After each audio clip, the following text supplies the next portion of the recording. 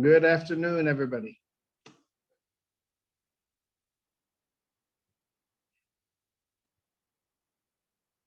So far, we've got 10 participants. It's like watching your stock at the board, watching the prices go up.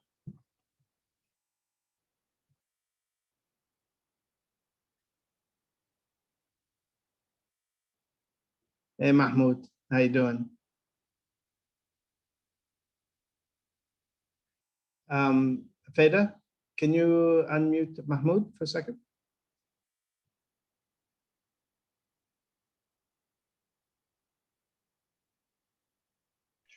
Yes, Mahmoud, you can talk.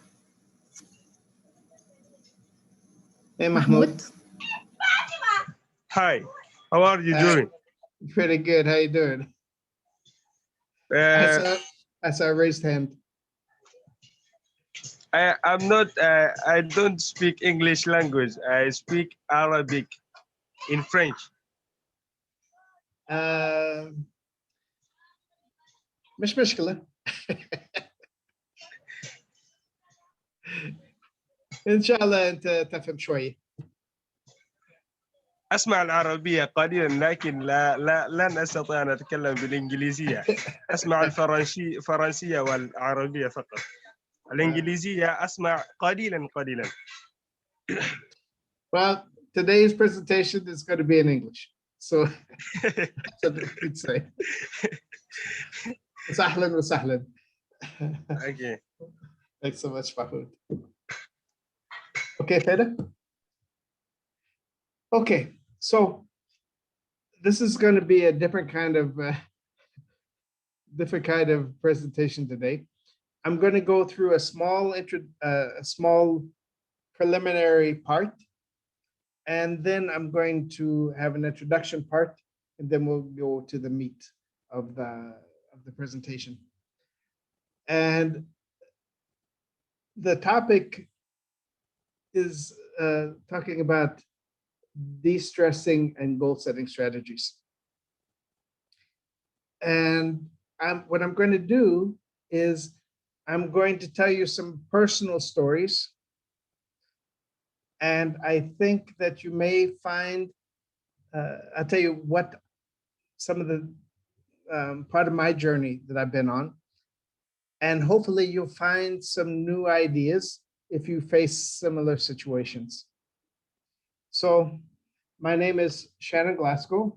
I am in the College of Arts and Sciences, and the presentation, the link to the presentation is included here in the chat box. So you can download it if you see anything that you'd like to take back with you. Feel free to download the presentation. Now, to start with, this is my confession. I haven't had really fantastic financial planning skills. I've been married 30 years, and I've had work, I've started a family, but as far as the financial planning, I wasn't really that fantastic. But one thing I was sure about was, I love this term, it's called rules. Rules means bullshit rules invented by dead people. For example, you have to work hard to succeed. That made sense to me. My family's from the countryside. My mom and my dad, they're both raised in the countryside. So hard work, if you don't work hard, you won't succeed. That's I understood that. And this is how it is, because this is how it's been. That's just one of these rules that I was living by. Because when we're in childhood, we have all these messages that get sent to us about money, about relationships, about what's good, what's bad, from our families, from our schools. You have to do this, you have to do that. Society tells us, our friends tell us. So we get all these rules, these bullshit rules that we accept that this is the way to do things because that's the way it's been done. So I knew about that. I wasn't good at financial planning, but I knew I had to work hard to succeed. Now, and I'm becoming back to some more of these. So I came to the Gulf in 1986, right after graduate school. Got married in 1990 to somebody who's from this region. And then in 2010, my daughter finished, I had two kids back to back, 1 year and 5 days apart. And my daughter graduated from Shoy Fat in Alain, where I'm based, in 2010, and my son in 2011. So what I did was bought a house with a mortgage, 2 cars. This is my house actually in the St. Louis area of the U.S. Got 2 cars, furnished the house, started putting 2 kids through university, got some student loans, all this stuff. Now, what had happened was, although I had some student loans when I was in graduate school, I paid those off straight away when I first started working. And I had like 23 years, 23 years without any debt. So suddenly, by doing all of this, I had more than 1 million dirhams of debt. So I went from 0 debt to more than 1 million dirhams, including university fees and all that, like that.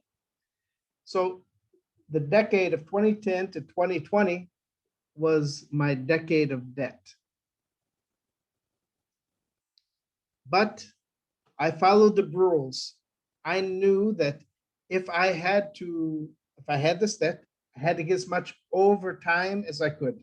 So any chance I could to work extra, I would do it. I was very careful about the money. My family was over there, and I had a very tight budget. So I was just counting, make sure that I limited expenses, which meant that I didn't get together with other people anymore so much. I didn't go out so much. I had a whiteboard like this one with all of my expenses. And, I followed it every month. Like I said, there were between university fees and family loans for cars and for, paying for the mortgage, it was more than 1 million dirhams. So, but that's what I needed to do.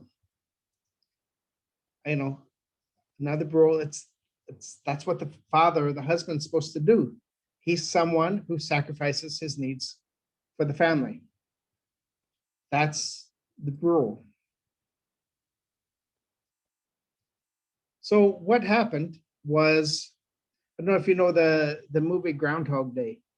In Groundhog Day with Bill Murray, he gets stuck in a time warp, and every day is the same. So there were some times when I was, I've got a middle management position at Abu Dhabi University. So I've got my admin duties, and I was actually in class for up to 42 hours. So you can imagine, like I'd wake up, another day has passed. I'd wake up, another day has passed. I wake up. So it was just, I was sacrificing for my family and all this stuff. And there's one funny story. There was a local friend from Al Yahar. One time he showed up at my door because he knew I was going through a financially tight time. And he showed up with like 8 bags of groceries. And he said, I brought these groceries. I know you're having a hard time. And I got you some food that I think red people like. And, at that time I always thought I was white, but he said, "Hey, what you red people eat." So he brought me some food that I had never eaten before, but I guess some red people do. I don't know. But anyway, the gesture was nice. But what was happening was, I had this belief that all I had to do was tighten my belt, work hard, and eventually I'd reach, I'd pay off all the debts, and then I would be happy. Okay. All I had to do, work hard, do my overload, watch my money, and pay off my debts.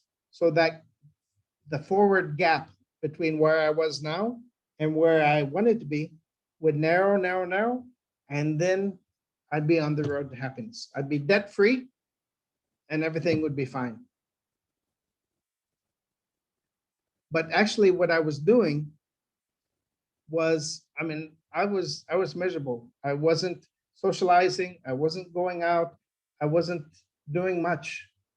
I was trading my happiness for money because I felt that, I was focused on me. I have to sacrifice. That's my role as the husband and father. I have to sacrifice for my family. There's a song called Cats in the Cradle by Harry Chapin. It's, I think, from the 1970s. And every time I hear this song, it kind of gets tears in my eyes a little bit. What happened was, in the song, a father has a child, and he's happy, he's proud, and all this stuff. And then the child says, "Dad, can you come to the game? And can you do this? Can you do that?" And the father says, I'm sorry, I'm too busy, hopefully next time," and all this kind of stuff. And this goes on, where the father is so focused on providing for the family and sacrificing that he misses out on his kids, in this case, his son growing up. And the son, when he's small, he says, "I'm going to be like you, Dad. I'm going to be like you." And the song goes through as, the father gets older, he gets settled, he starts, having some time. And then the son comes home from college. And now the father wants to talk. But the son asks for the car keys so he can go out. And then as this goes on, that, his son gets married, has kids, and the father says, "Can you come? Can I come, or can you come? Can we get together?" And the son says, "I'm sorry, I'm busy. I've got a new job. I've got to be with my kids and all this stuff." And it was true. He turned out to be like his dad. Just like the father didn't give the son time when he was small, the son wasn't able to give the father time when the father got older. So this was the situation I was in during this decade of debt from 2010 to 2020. So let me go ahead and introduce myself. I'm a work in progress. What I'll be sharing with you today is some tools that I've gained from this experience of the last decade. Now, I'm the kind of person who I like different things. For example, if if I see you and we're talking, and then you say, "How are you?" And you say, "Well, my stomach's a little bit upset and I'm having these issues." I'm the kind who will say, "Well, what you need to do is just get a red apple, keep the skin on it, grate it, let it turn brown, and then take it." That works for both diarrhea and constipation. That's the kind of person I am. My dad had prostate cancer. And after he had the prostate removed, the cancer cell count went up. So, I said, Dad, let me see if you can see this. This is it's an herbal mixture from North American natives, with red clover and things like this. And I said, if you try this, it helps fight the cancer. And so he tried it, and for the last 7 years, his cancer cell count has been stable. Yeah. So there's somebody had one friend came and had a cough, and so I said, well, I've got this herbal mixture that's it's all natural, and what you need to do is you need to shake it up, breathe it, and it will open your chest. And so that's the kind of person I am. So the things you're going to see in this presentation are the kinds of things that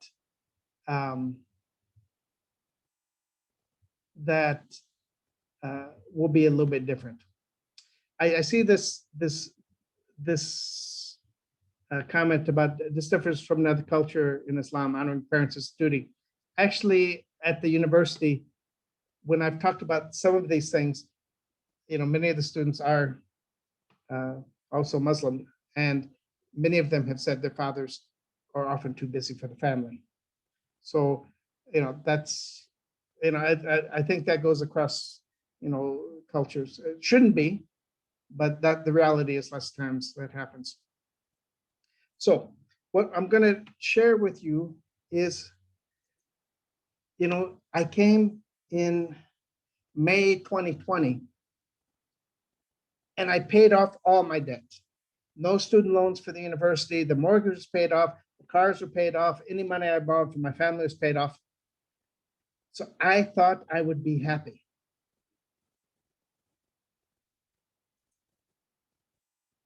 But what happened? You see that horrible face there.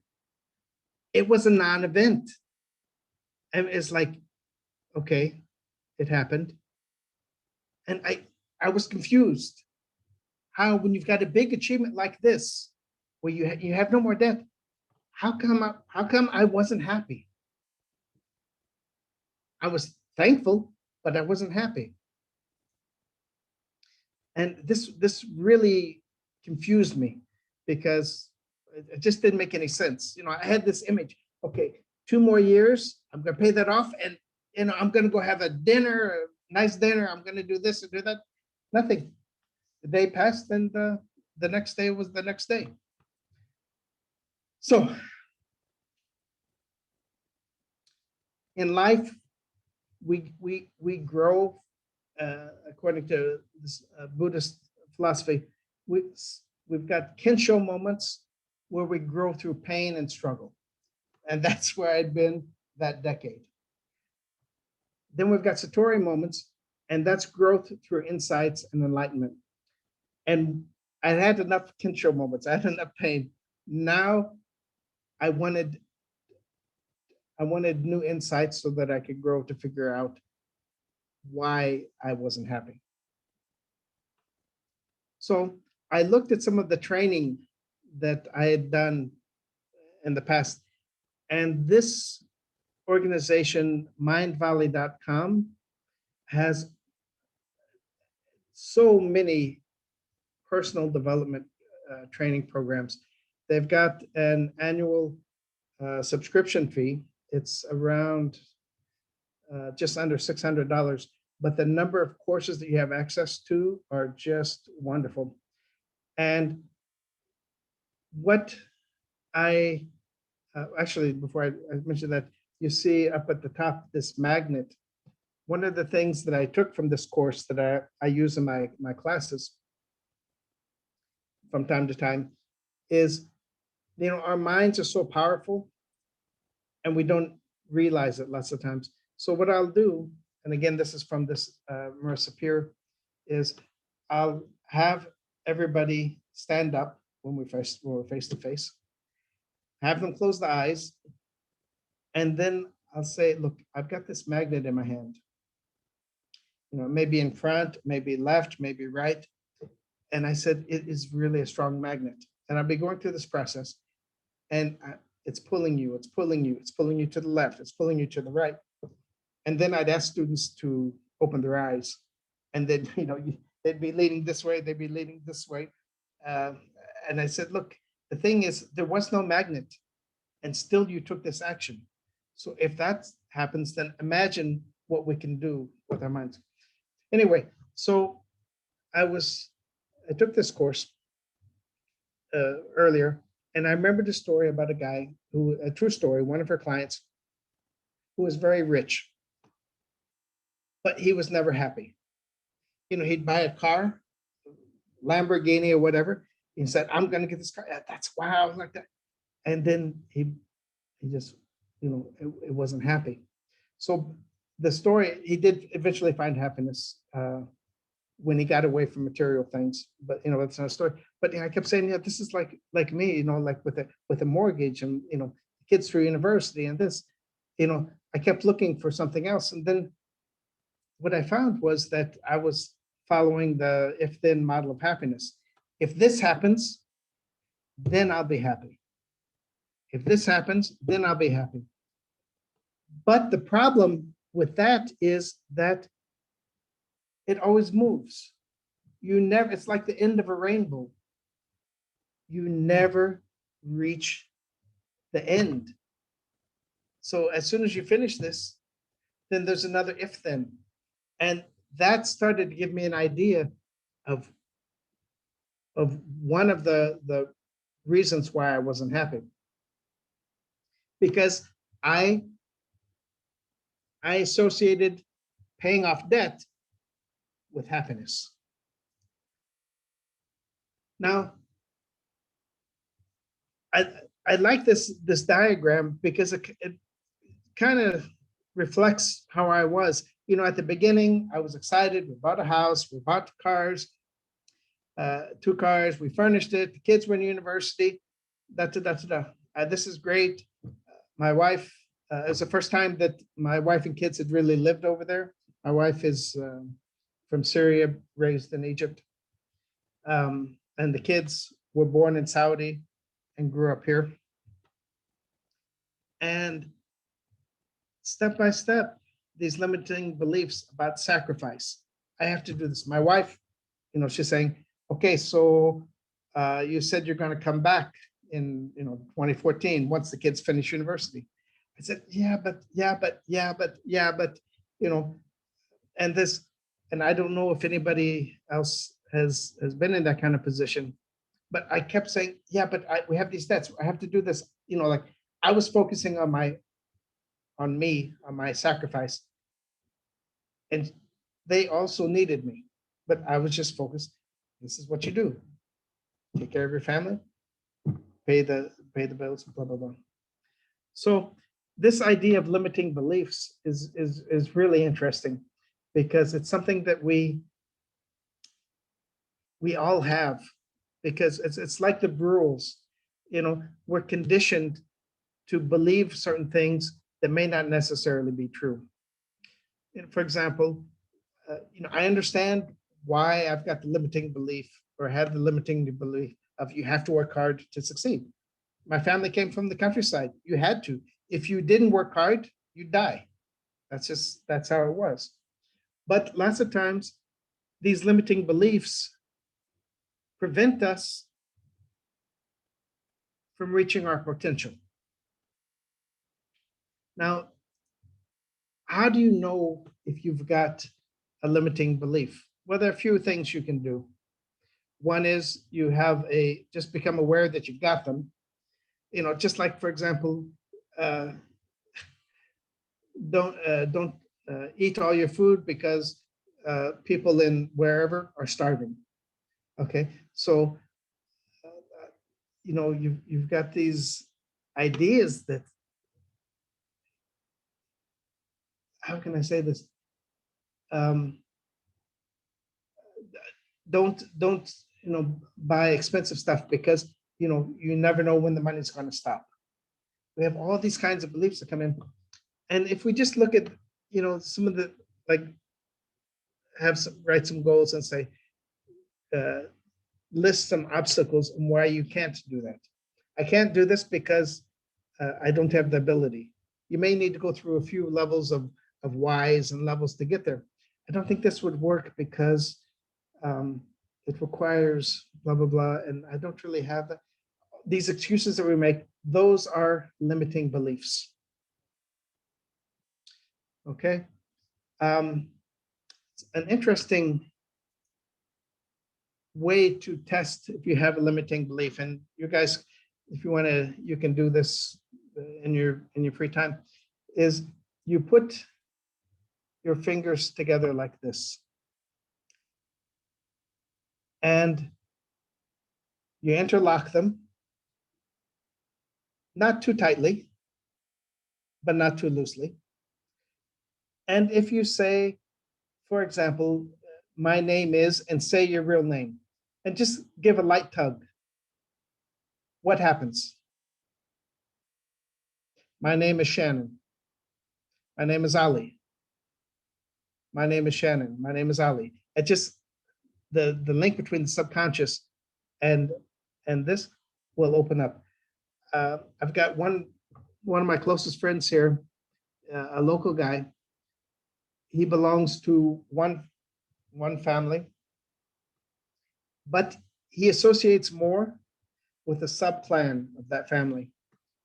And what was interesting was that when we did this together, he said, he'd say the big family, and then, which meant that he didn't believe it. When you go through this barrier without any, without trying, that means you don't really believe it. But when he said his name is with the sub-clan, it was tight.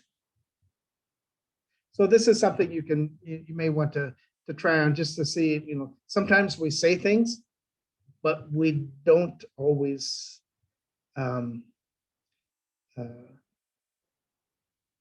believe it on the inside. Tenzil, Feda, do you want to?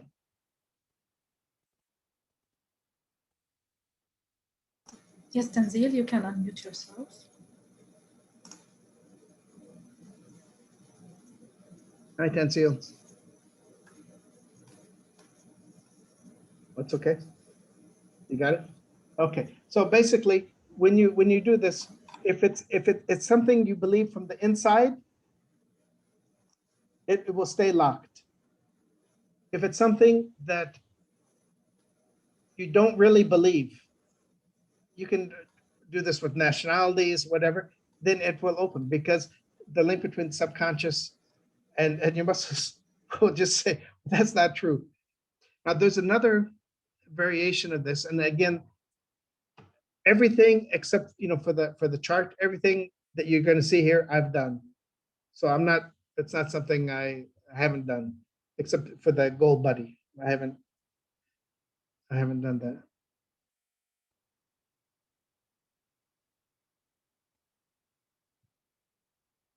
Feda, is there an audio issue?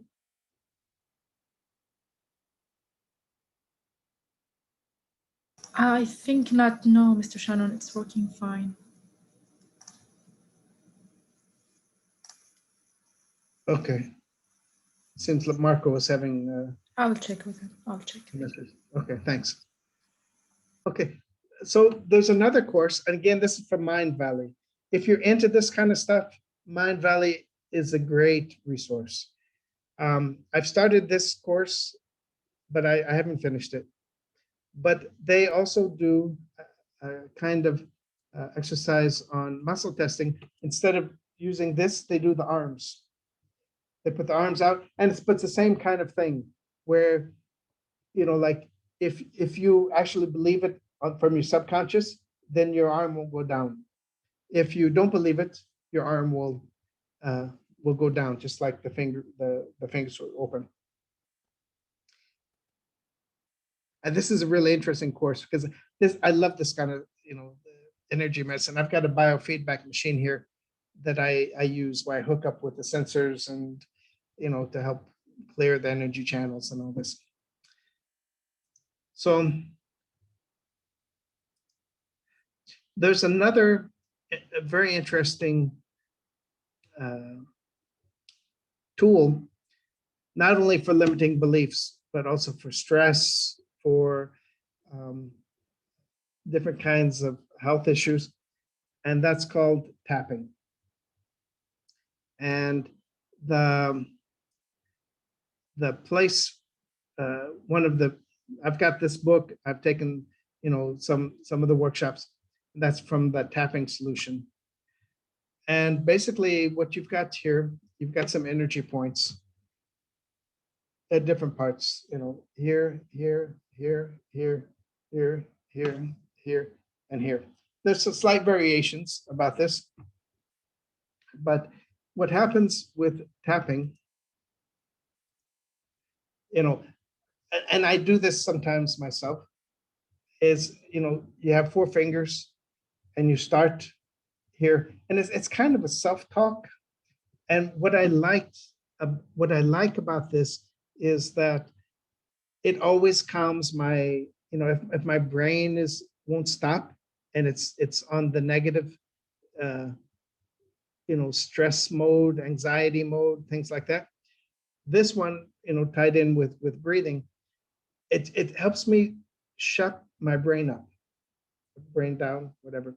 So, you start here by just basically saying how you feel. For example, even though I feel this anxiety, I accept how I feel. Even though I feel stressed out, I love and accept myself. These, you start with that, and then you go through this. I am so anxious. I feel like I'm gonna die, and you go through this, like admitting how you feel, everything. You're being completely honest. Then you tap through these points and you say this, deep breath. And when you feel better, you go through the same thing, but now you put yourself on a positive path. One away from anxiety, one away from stress, or whatever it is or limiting beliefs, whatever you're at. So, at first I said, this looks really strange, but what I found was it shut up, my brain from when it was stressed out or under anxiety. So you can see a lot of videos on this, but this one, the tapping solution, is one of the leaders in this. So this idea of self-talk, again, I'm going back to why I wasn't happy and going through some of the tools that I use. We've all heard the story about the person who wanted to change the world. So what he did was he went to the highest level, got frustrated because he couldn't make the changes there, then went down and state level, city level, neighborhood level, family level. And he got so frustrated because he couldn't change the world. So then he changed himself, and then his family changed, and then his neighborhood changed, and blah, blah, blah. And although this sounds kind of, yeah, right, kind of thing, there is some evidence that this works. And there's this guy, Dr. Hugh Len. I forget his exact title, if some kind of psychologist or psychiatrist, but he worked in state prison system, and he was in a section of the prison that had a very, very high turnover rate for people of his position, because this was the ward for the criminally, mentally insane. So they committed crimes, and then they had emotional issues. They had all kinds of issues. They weren't they had a lot of baggage, shall we say. And what he did, he came up, the walls the way he described it is really interesting. The walls were neglected, so paint was coming off. The prisoners didn't get to go outside much because everybody was afraid of them, and there all this going on. So this Dr. Hugh goes in, he's, I don't know, the seventh or eighth person in that position in just a few years. Come and go, because who wants to work in that kind of environment? And he goes to his office and he stays there. And people are, okay, like, aren't you supposed to be talking with the prisoners? Something like that. And something strange happened. They noticed that the anxiety levels of the prisoners started going down. And in fact, this ward where people were stuck forever was able to start releasing prisoners. The whole atmosphere changed. But what happened? We all know the power of forgiveness. When you don't forgive, you're the one who suffers.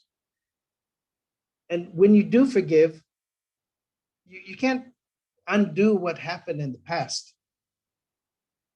but you can open opportunities in the future. So there's a simple kind of prayer that said, I'm sorry, please forgive me, thank you, I love you.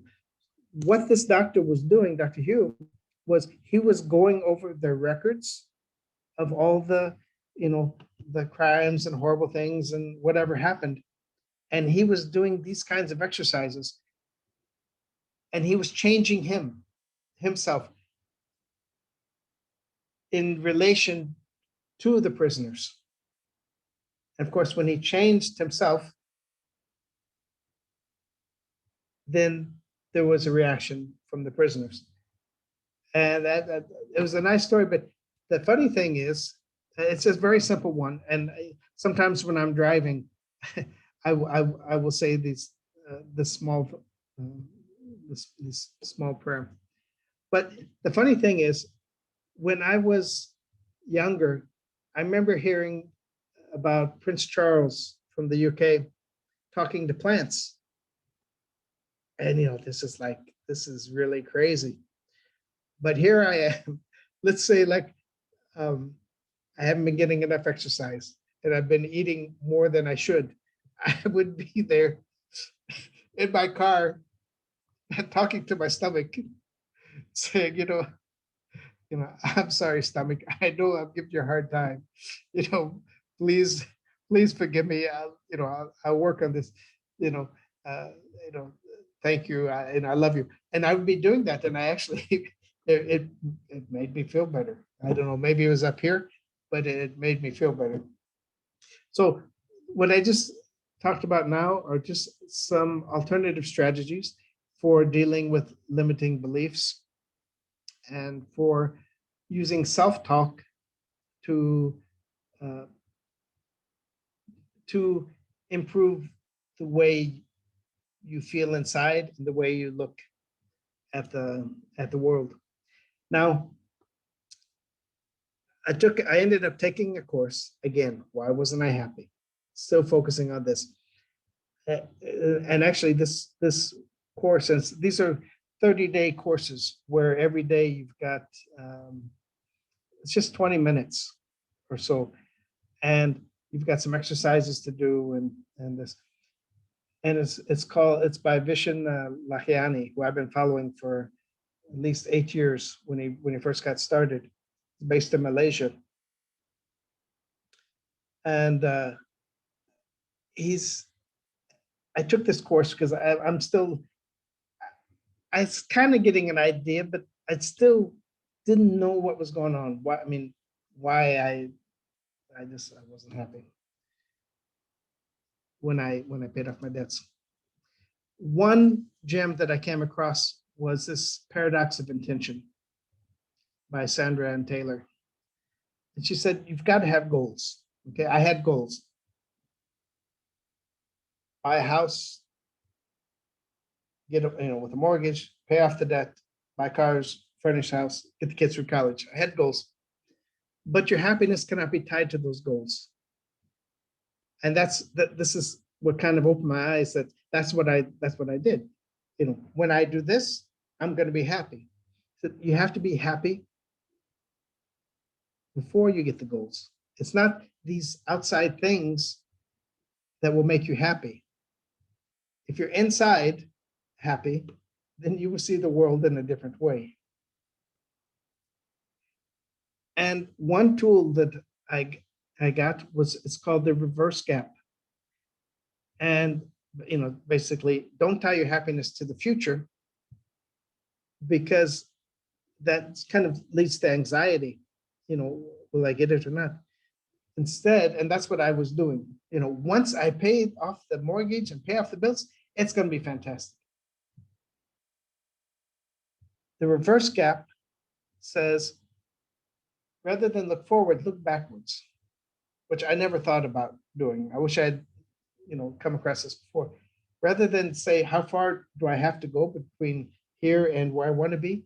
Look at how far I was and how far I am now to give me motivation to continue. So I found this a useful tool.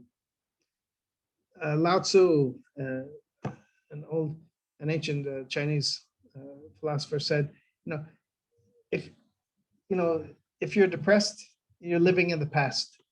If you're anxious, you're living in the future. And that seemed to be me pretty much. But if you're at peace, you're living in the present. So this living in the present, being happy now, in the now, was starting to make sense to me. Vishen, in his book, The Code of the Extraordinary Mind, said that we have to be, let me move the chat box here. We need to be happy in the now and have a vision for the future to be where we want to be. He looked at 4 quadrants here. One was, if we are here, we don't really have a vision and we're not happy. We don't know what we want to do, and we're not happy about that. And this is where you find depression. Here, you have a vision, and what I saw as my vision, these goals of passing the stage with my family, but you're not happy, and that's what I was doing. I was sacrificing for my family what I thought I was supposed to be doing, but I wasn't thinking. I wasn't happy. I was miserable. I felt like a robot. I became more isolated. I felt like I didn't have a life. And a lot of us are in that situation. Have the current reality trap. That's where you don't really have a vision, but you're happy. It means you don't know what you want to do in life, but hey, and you don't go anywhere there. And what we want to be able to do is be happy now from the inside and have a good vision for the future. So that's where I'm moving from now. Again, I'm a work in progress. I've been going through this myself. I'm not going to pretend to be an expert, but this is the journey that I've been on. So the thing is, lots of times we look for fulfillment, we look for happiness and on external things. So, for example, I can't wait to the weekend.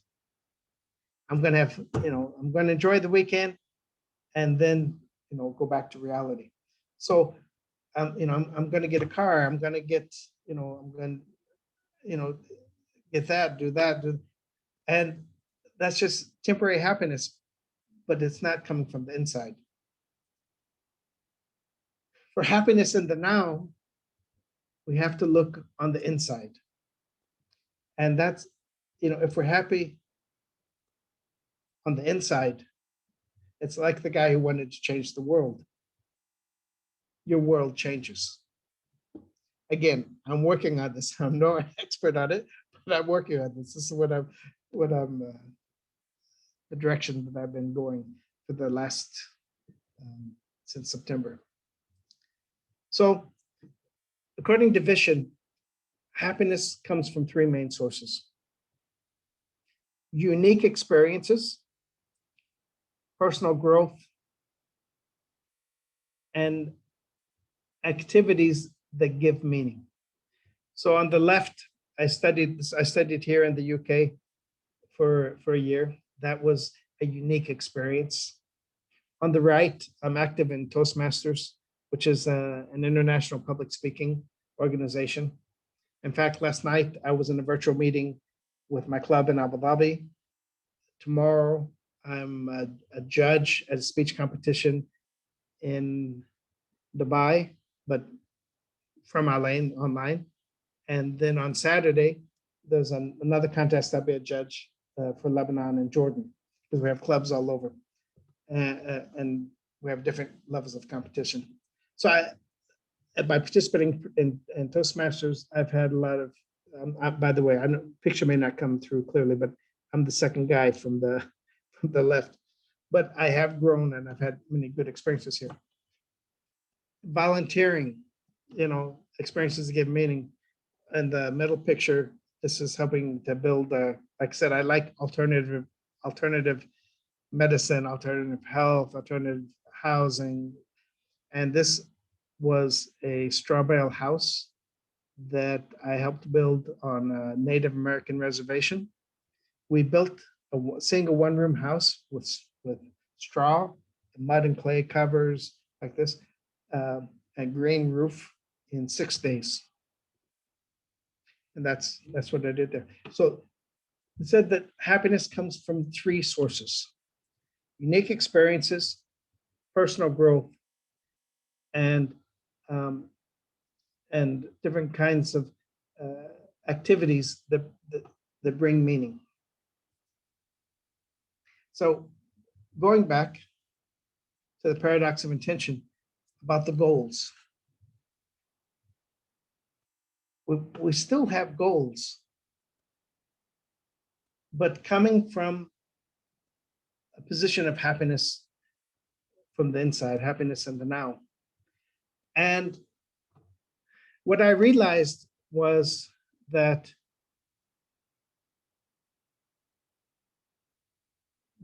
I needed to focus on the what, not the how.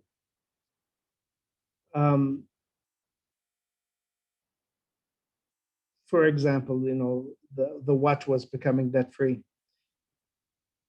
But what's more important, what's more important, sorry, with the end goals also, we have to be careful because sometimes these depend on other people and other organizations. What this course Be Extraordinary emphasizes is that we should focus on self-fueled goals. These are end goals that no object or person can take away from us. Going back to experiences, growth, and meaning, the sources of happiness that we just had in a previous slide. Not I want to be rich.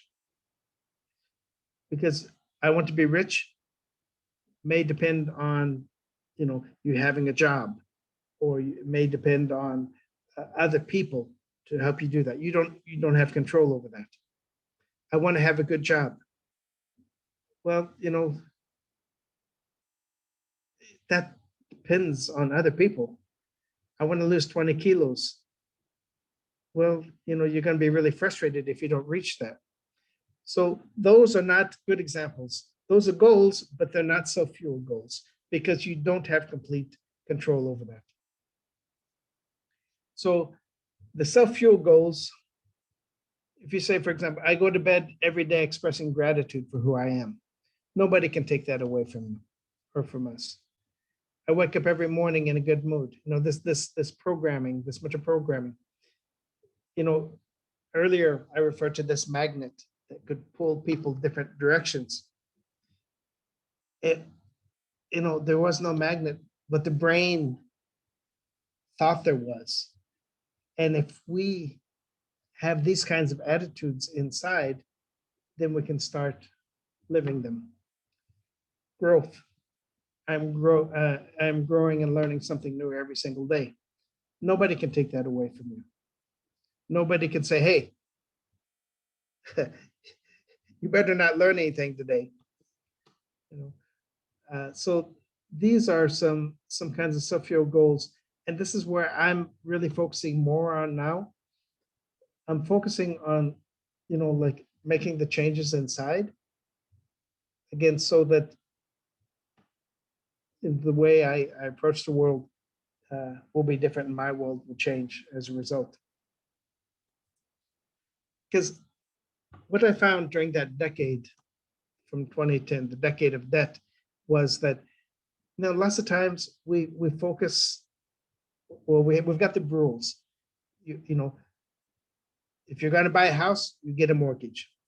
If you take debt, you have to work harder. You have to cut your costs, and it's just like I was so focused on that's how it's done, because that's the way my dad did it, and his dad. That's just the way it's done. But lots of times when we focus on only these limited possibilities on the how, we miss out on the open windows, other ways of doing this. So this is this was an eye opener for me, that I was so focused on the how to do something that I knew what, but I was just too limited on the how part, and as a result, I wasn't happy. My family wasn't happy, and we were just going through life. So there's another book, another course I took through Mind Valley. This is a slightly different approach. I've done the first level of this. It's called the Lifebook Quest. And again, these are month-long programs, and it's just like 20 minutes each day. And in this one, some interesting points John and Missy were talking about was this recipe for financial happiness. Absolute contentment and gratefulness for the way things are now. So I'm being happy in the now. And what he said was that, and this makes sense, and this is something I'm trying to practice, but it's taking some time. Everything should support our happiness. Okay, and I always think, how many times have I done stuff that really didn't make me happy? I wasn't happy about. And I said, why do I do that? Why do I do things that don't make me happy? Because I feel I have to, I feel obligated. But I should, we're only here once. We should do things that make us happy. And another thing was that really struck me was this, happiness isn't just a final destination to be reached. When I pay off my mortgage, I'll be happy. It's about the journey. And that's what I was missing in the decade of debt. I did not enjoy the journey. I did what I thought I was supposed to do. But if I had changed my attitude, and rather than focus on my sacrifice for the family, which was I was supposed to do, if I had focused more on my family's happiness, then I could have done things differently. So the interesting thing about this Lifebook challenge, and I incorporate some of this into my classes. I often teach a course called Future Work Skills 305, which technical communication for the workplace. And one of the things we do is we ask students to do a job notice, look for a job notice for a job they could actually apply for if they were finishing university. And then we tie this in with a cover letter and a CV that they apply for. But before we get there, I ask students about their ideal job. And the way that comes from this Lifebook challenge. which is all about understanding why we want what we want. So they divide the life book into 12 areas. And for me, I was focusing, for my class, I was focusing on the career. Okay, what do I believe a good career is? What do I want in life for a career? And why do I want it? And this is the part that is the most difficult. So I'd ask students, okay, so why do you want to, a job as a civil engineer? And many couldn't answer. Well, because I have to earn money, and there was nothing connected to, usually, nothing related to passion or happiness or things like that. It was just very general things. And I think this is a very useful tool to try to understand why we want what we want, and then of course the next part was, what do I need to get that, which was also challenging. So if this is what you want, because let's say you have a passion for designing things, so what do you need to get that? And that's also challenging because it requires seeing the big picture. Sometimes they say, well, I want to, well, okay, I need to improve my communication skills. Okay, what's that got to do? How would that help you achieve what you want to achieve? And what do you mean by communication skills? So I try to get them to dig deeper and deeper and deeper. So I find this is a very useful course, very useful materials. But going back to this, where we want to be happy in the future, and we want to have a vision. One of the tools that they suggest is meditation. And a lot of people have misconception about meditation. I know I certainly did.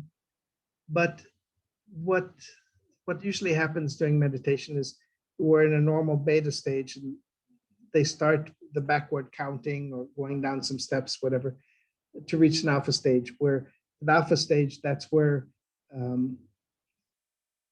it's the meditative stage, where your mind is open to suggestions. And in this course, Be Extraordinary, we did a meditation, there are variations of this, with it's called the doppelganger. And this is like your twin.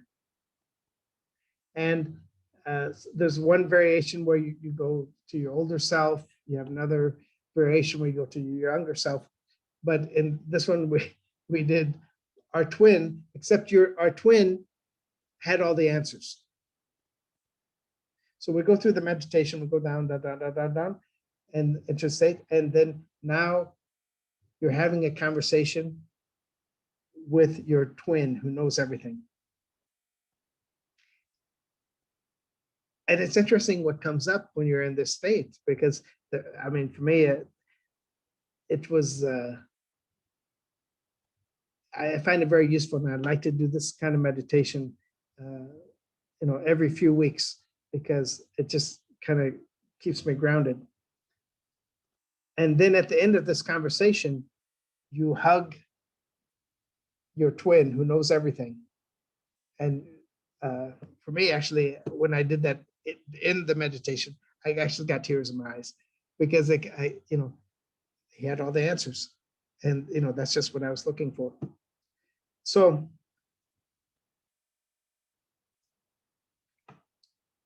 what they talk about is, when you talk about meditation, and this,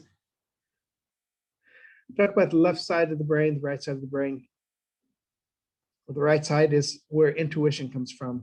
Intuition means, like your gut feelings about life and, your surroundings and things like that. Whereas your left brain is giving you all these reasons why that won't work. So for clarity of vision, basically, they say if you want to have a clear picture of, of where you want to go in life, first you have to come from a happy place. If we meditate, we take some time alone, the louder our intuition becomes, and the less critical, the softer the critical mind becomes. And if we have more intuition, we have more inspiration, and we actually allow our brains to guide us on what we should be doing. That's what I'm working on now as well. So because I'm in the next stage, the post-debt phase, and when we've got a vision that's strong enough and powerful enough, there's nothing that can stop us. We've probably all had experiences. When I finished university when I was 19. I had a bachelor's in international relations, and I knew what I wanted to do after college, and I did it. And there was nothing. I had many obstacles, and all of them were wiped aside. But unfortunately, as I got older, my visions required more money, and I became more. I let my limiting beliefs and my following of rules kind of like stop me from reaching my potential. So putting it all together, and we're coming to the end of my part here. I found, or I discovered, that I need to question the rules, these rules that are passed down because that's the way it is. And I need to make sure that I recognize where my limiting beliefs are and make sure that I exchange those for ones that will help me achieve what I want to achieve. Rather than focusing on my sacrifices, I need to focus on how what I do benefits others, because the whole mindset is different. Yeah, I have to do this.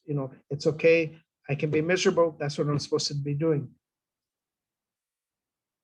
I mean, there were times when my local friend brought food that time. I mean, I was beans and eggs. I would occasional salad. I was not. My fridge was empty pretty much. So, but when you focus on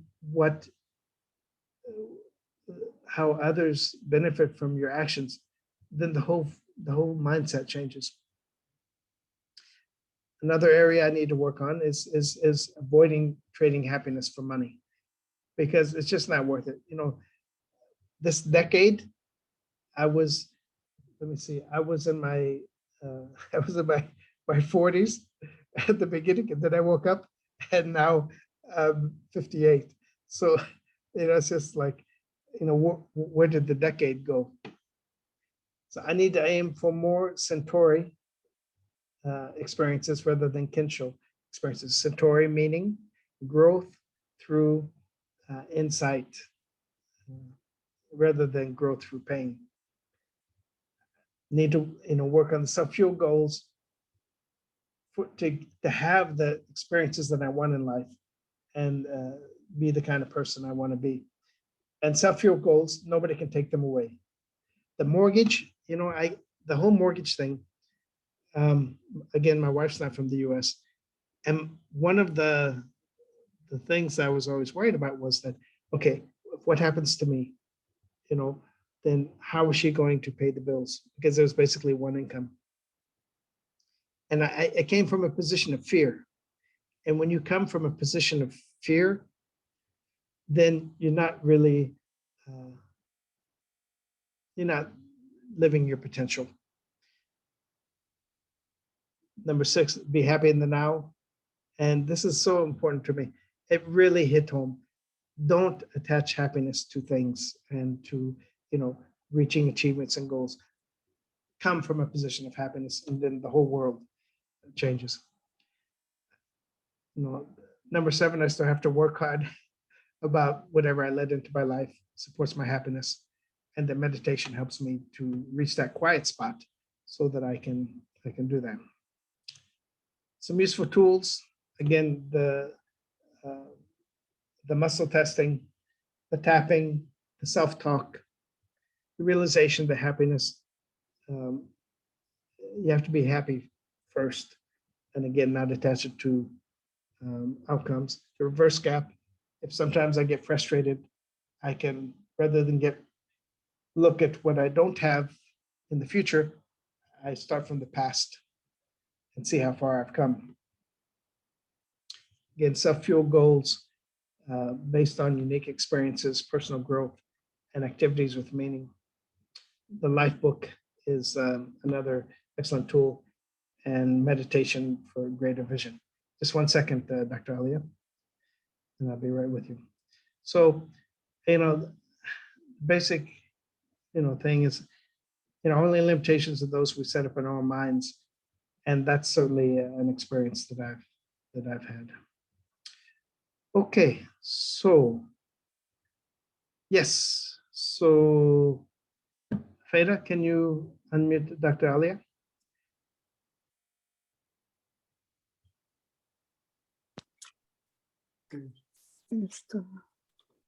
السلام عليكم ورحمة الله. وعليكم السلام. شكرا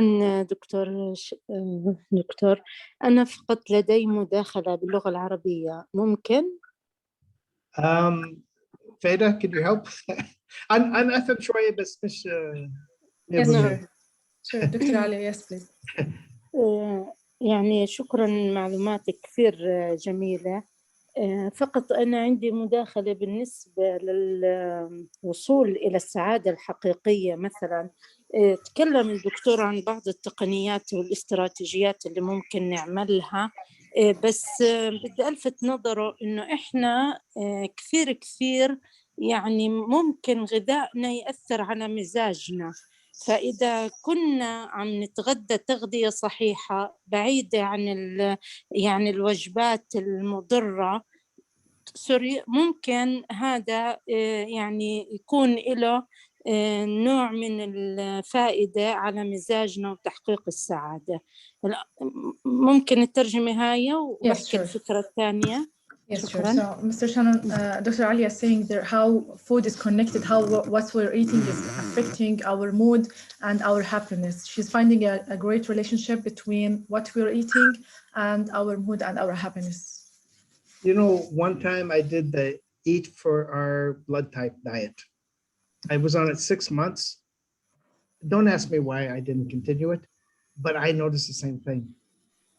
It's just like when we eat the food that our bodies, that fit our bodies, and our bodies are different. It has a big impact as well. I agree. ثانك يو، شكرا. بصراحة يعني أنا قرأت كتاب عن عمل المخ والحبوب، طبعا يعني اسم الكتاب المخ والحبوب، وكتاب آخر بتكلم عن بدانة القمح، وبيربطوا كثير من الأمراض العصرية اللي بمر فيها الناس بغذائنا المعدن وراثيا، وخاصة الحبوب، الخبز، الأرز، القمح وما إلى ذلك. ف يعني الدكتور هيك عم بيوافقني في هذه النقطة، إنه فعلا إذا إحنا انتبهنا لغذائنا ممكن إنه نعدل من مزاجنا. وهي أنا جربتها خلال ال4 أشهر الماضية، استغنيت عن المشتقات القمح، وفعلا صرت يعني عندي طاقة أكبر يعني من اللي كنت أشعر فيها لما كنت مثلا يعني بدرج منتجات القمح في طعامي.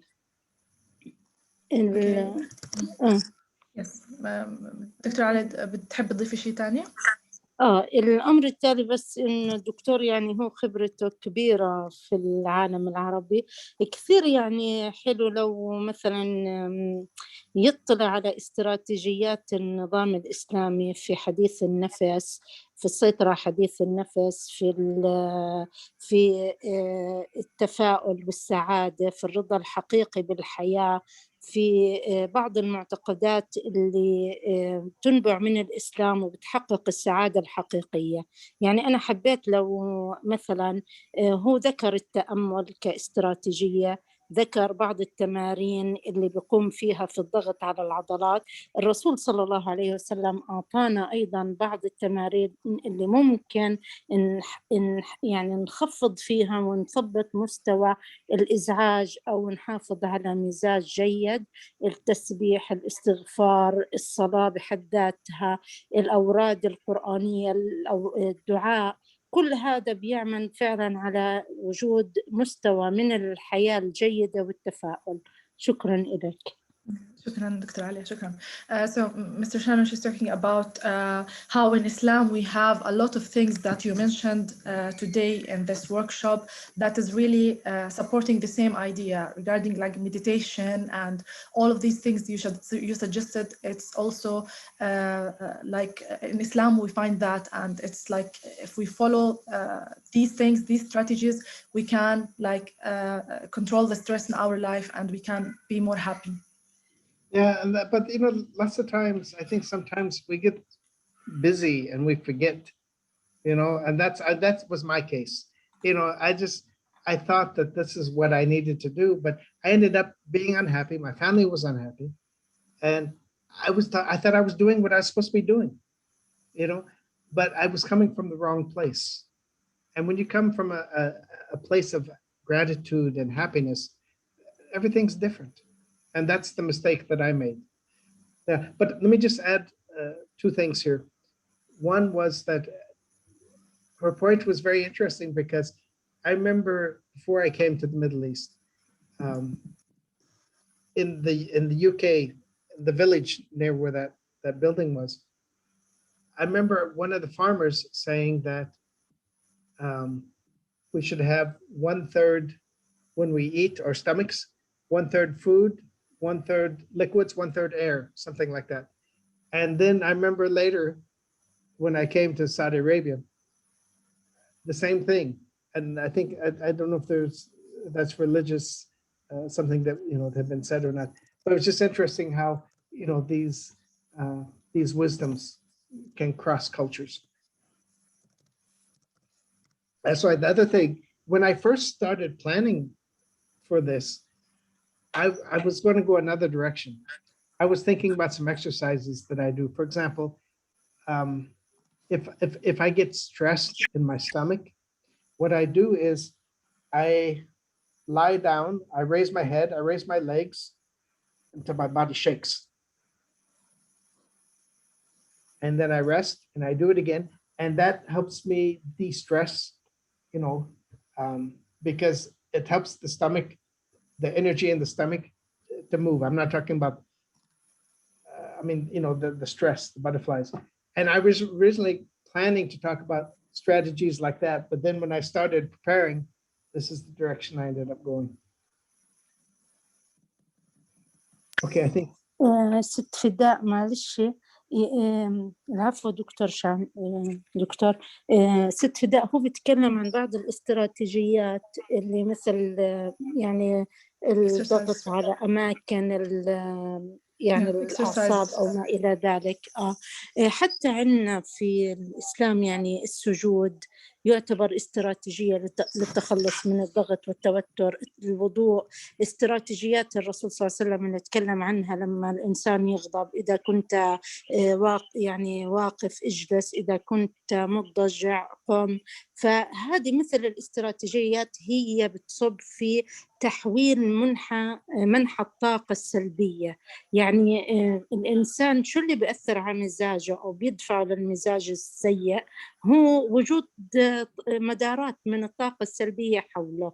فإذا هو عمل بعض الاستراتيجيات أو التقنيات اللي بإمكانها يعني تدفع هذه المدارات وتستبدلها بمدارات إيجابية، يعني هذا بصب في نفس الأمور اللي تكلم عنها يعني الدكتور. شكرا. شكرا دكتور علي يعطيك العافية. Yes, Mr. Shannon, again, it's related to Dr. Ali's talk is related to religion and Islam and how is our prayers in Islam. The movements we're doing in the prayers are also supporting what you're saying about the pressure spots and the exercises you're talking about.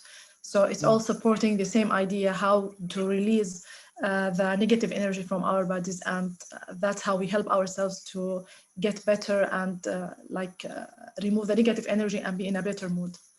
Which is so important. But you know, the thing is, like I said, with my students, you know, because there were some tough times, and so you know, sometimes in just the small talk, then I'd say, yeah, this is, you know, kind of hard. I'm, you know, doing this and this and this. And they said, that's just like my dad. That's just like my dad. My dad's like that. My dad's like that. So, you know, I think it's common. Sometimes we just, we lose our path. And, you know, like we think we're on the right path. You know, we have to do this for our family and all this stuff. No, thank you, Dr. Ali. But lots of times we get on the wrong path.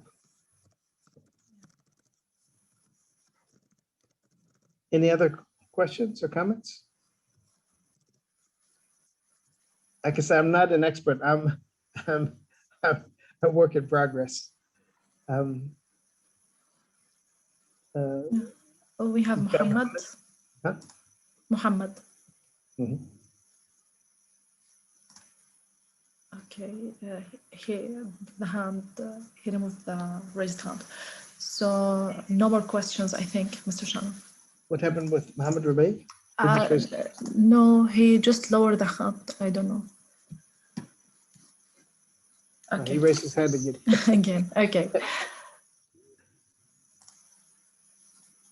Okay, Mr. Muhammad, you can unmute yourself. Yes. Can you give us an exercise that we can connect our left brain with right brain to activate both sides, not using one side? Well, you know, the thing is, these, again, I'm no expert. I do a lot of these activities, but I'm a little bit hesitant to do the activities because I'm usually on the receiving. I mean, I'm usually participating in these, but I don't feel I'm in a strong enough position to actually do it here. I was also, again, when I was planning for this course, I was planning to take the group through this presentation, this meditation for the doppelganger, you know, where you connect with yourself. But then I just didn't feel confident enough.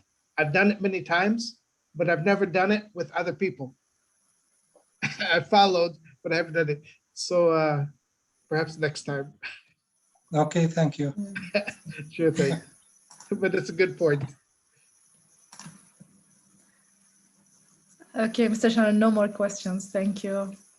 Okay, I hope if you're interested in some of the points raised, you know, feel free to download the presentation, and my email address is there if you have any questions. I would check Q&A. We got Q&A here. Okay, to be with the SMART goals, Tanzil. Actually, what with the training I was just talking about, Be Extraordinary. Vishen said that SMART goals are probably not. I mean, they're a buzzword that many people, you know, use. But when you actually talk about your own personal life, the self-fueled goals are the ones that you know, they suggest that we follow. And those are the ones we have control of, because, you know, SMART goals often depend on other people. So that's kind of another thing. I mean, sometimes we have to do the SMART goals for, you know, for work and things like that. But for our own personal life, we don't always have control over that. And lots of times it's connected to outside things. So, for example, you want to lose 20 kilos. when you set that kind of goal, you can do a SMART goal for that. And you don't lose 20 kilos. What do you feel? You feel frustrated. But when you look at the self-fueled goals, I'm going to eat healthy every day. That's something you can control. Nobody's going to say, hey, Tanzil, eat this donut. Okay. But, you know, and as you change from the inside from eating good food, then you will lose the weight, most likely. At least you'll be healthier. So SMART goals is something completely different. That's more work related. That's more the buzzword. But in this course, and I would, if you're interested in this kind of stuff, check out Mind Valley and www.mindvalley.com. And there's a course now, this Be Extraordinary course. It's I'm not sure if that's one of the, they have free courses and they have others for members. I'm not sure exactly which one, if it's free or if it's paid now. But they get into this a little bit and they said, yes, SMART goals are a buzzword, but actually these kinds of goals rely on other people. Whereas, and if somebody messes up or you don't meet one of the goals, then that leads to frustration. Whereas with the self-fuel goals, nobody can take that away from us. Okay. Okay. Well, I hope you found something that you can use from this presentation. Thank you very much. If you have any questions, like I said, my email is on the first page of the presentation. And like I said, I'm a work in progress, and I'll share whatever I have. Thank you so much. Thank you, Mr. Shannon, and thanks to everyone. Okay. Bye-bye.